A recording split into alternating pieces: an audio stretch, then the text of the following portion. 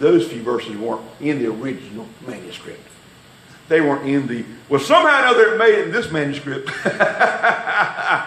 and I think it's just an excuse for doubt and unbelief. Now, let me clarify something and balance something out here.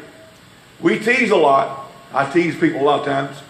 You know, a few weeks ago, out on the ramp right here on the front steps, about a month or so ago, I guess it was, we had a film night, family film night that night, and someone went to the dining hall and we had some fellowship stuff, and I remembered I forgot to cut the air off over here, and so I come back over here to cut the air off, and these two were riding together. They just left, Eve and Charlotte. And so I went to come back up the ramp, and it's about dusk dark. Sun was setting, it's about dusk dark. I went to step on the ramp, and I said, whoa, something long and black, about 3 feet worth, was laying there on the ramp. And my first thought, now them two women went on and pulled some kind of mess on me. They tried to scare me. They tried to scare the life out of this preacher. I knew that, you know, it just at that very moment, because as they were leaving, I saw this, and that's why I just happened to think that way. And so I stood there for a moment thinking that, and then he started moving his head. And I said, whoa, no, this is the real deal here. So I said, you stay right there. So I went flying across the street over to the house. There's a green-handled spade that I had left, I thought, on the front porch. Actually, I had left it on the front porch.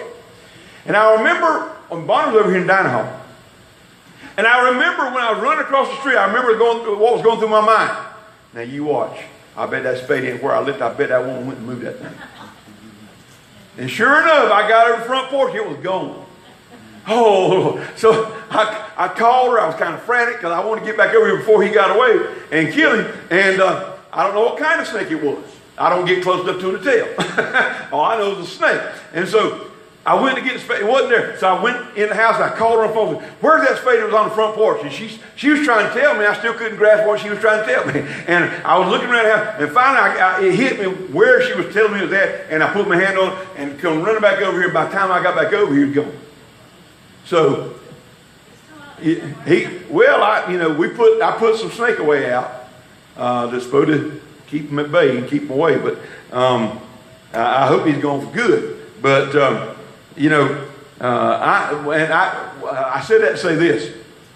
The next morning, I was at the minister's breakfast, and the minister there at Monday morning, and I sit around and tell us, well, fellas, I got my confirmation now.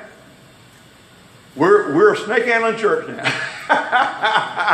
We are one of the snake handling Pentecostal churches. Someone looked at me kind of funny. I said, I got my confirmation yesterday. They said, what are you talking about, boy? I told them the story I just told you about the snake being on the front porch and stuff. And no.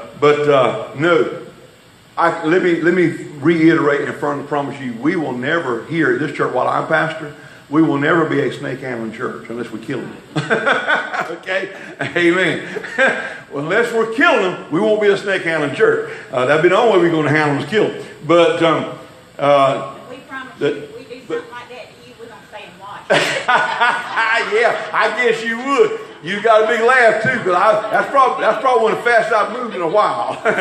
But